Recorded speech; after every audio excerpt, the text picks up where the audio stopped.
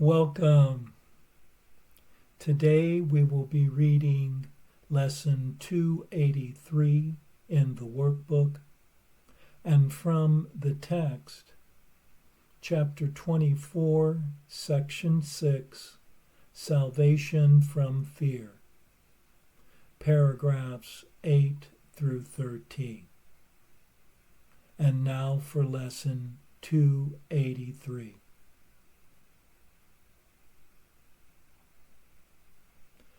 My true identity abides in you. Father, I made an image of myself, and it is this I call the Son of God.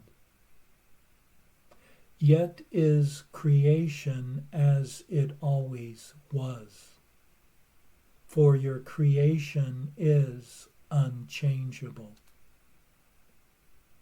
Let me not worship idols.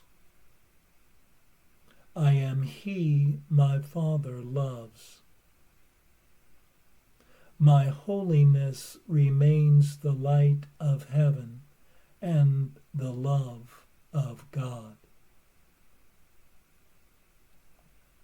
Is not what is beloved of you secure?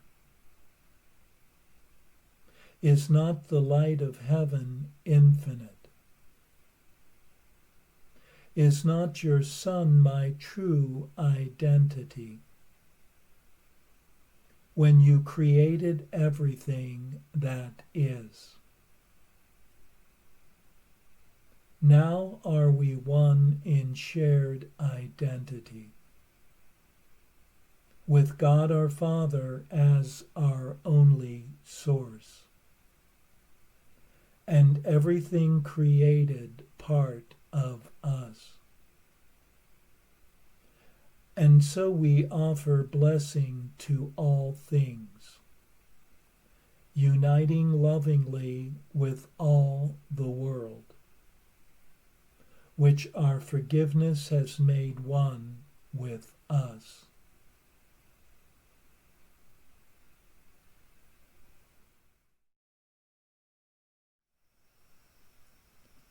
One's thoughts of what one is not what one is. For personal thoughts or images cannot describe the majesty and glory of love's creation,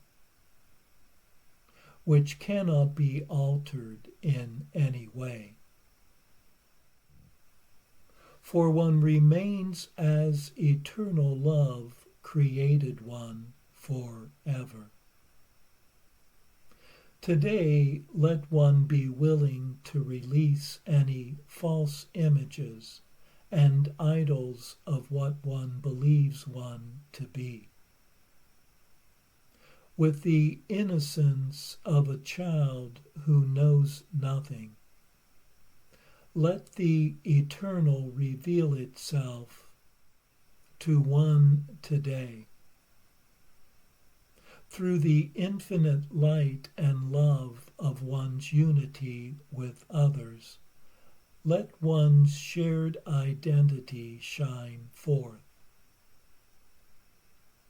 For in the forgiveness of the world and its blessing, has everything been lovingly made a part of the one creation.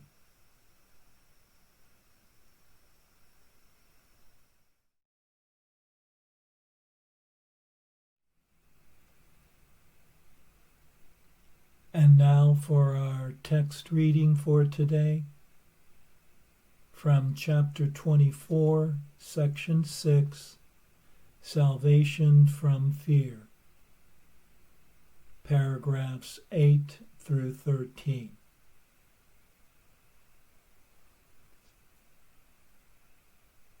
Your brother's holiness is sacrament and benediction unto you. His heirs cannot withhold God's blessing from himself, nor you who see him truly. His mistakes can cause delay, which it is given you to take from him, that both may end a journey that has never begun and needs no end. What never was is not a part of you, yet you will think it is until you realize that it is not a part of him who stands beside you. He is the mirror of yourself, wherein you see the judgment you have laid on both of you. The Christ in you beholds his holiness. Your specialness looks on his body and beholds him not. See him as what he is, that your deliverance may not be long,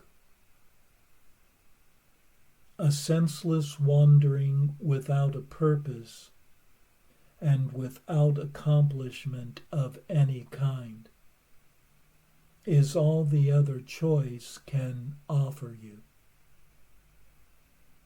Futility of function not fulfilled will haunt you while your brother lies asleep, till what has been assigned to you is done, and he is risen from the past. He who condemned himself, and you as well, is given you to save from condemnation along with you. And both shall see God's glory in his Son, whom you mistook as flesh and bound to laws that have no power over him at all. Would you not gladly realize these laws are not for you?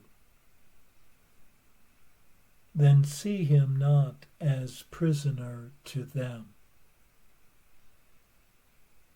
It cannot be what governs part of God holds not for all the rest. You place yourself under the laws you see as ruling him. Think then how great the love of God for you must be, that he has given you a part of him to save from pain and give you happiness. And never doubt but that your specialness will disappear before the will of God, who loves each part of him with equal love and care. The Christ in you can see your brother truly. Would you decide against the holiness he sees? Specialness is the function that you gave yourself. It stands for you alone as self-created, self-maintained in need of nothing, and unjoined with anything beyond the body. In its eyes, you are a separate universe, with all the power to hold itself complete within itself, with every entry shut against intrusion, and every window barred against the light. always attacked and always furious, with anger always fully justified.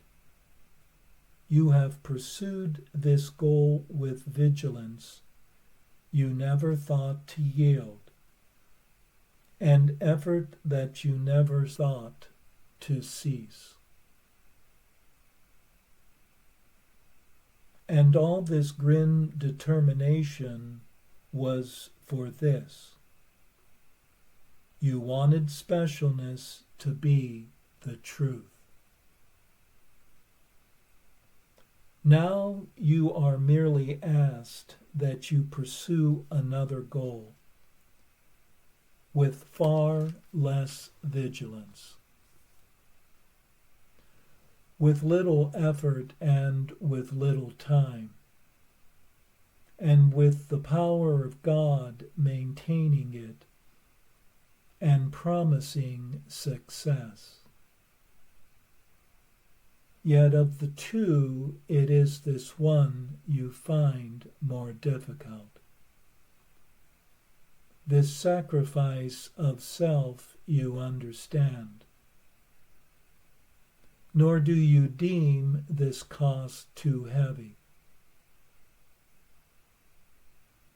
But a tiny willingness, a nod to God, a greeting to the Christ in you, you find a burden wearisome and tedious, too heavy to be borne. Yet to the dedication to the truth as God established it, no sacrifice is asked, no strain called forth, and all the power of heaven and the might of truth itself is given to provide the means and guarantee the goal's accomplishment. You who believe it easier to see your brother's body than his holiness,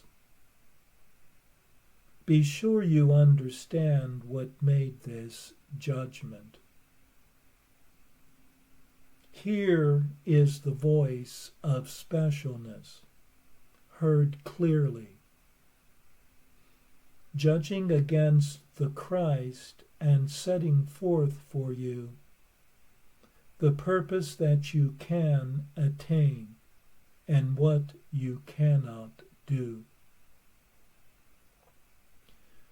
Forget not that this judgment must apply to what you do with it as your ally. For what you do through Christ it does not know. To him this judgment makes no sense at all. For only what his Father wills is possible, and there is no alternative for him to see. Out of his lack of conflict comes your peace, and from his purpose comes the means for effortless accomplishment and rest.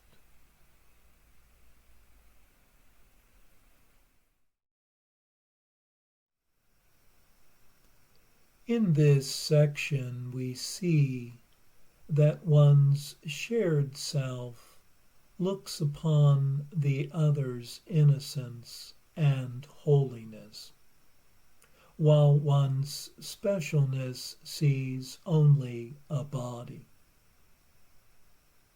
And holding the other to the limits and laws of a physical body, one holds these limits upon oneself. The Christ in one sees the other as an aspect of eternal love, gifted to oneself to appreciate. One is being called upon to exchange the goal of specialness for the goal of healing. Yet specialness sees this as a huge sacrifice, to give up its familiar self, with a seeming burden too heavy to carry. But the true burden is with specialness itself, having to be constantly vigilant for attack, being closed off and isolated from everyone, with fury and grim determination as one's only companion. One is being asked, can there be any sacrifice in giving these things up?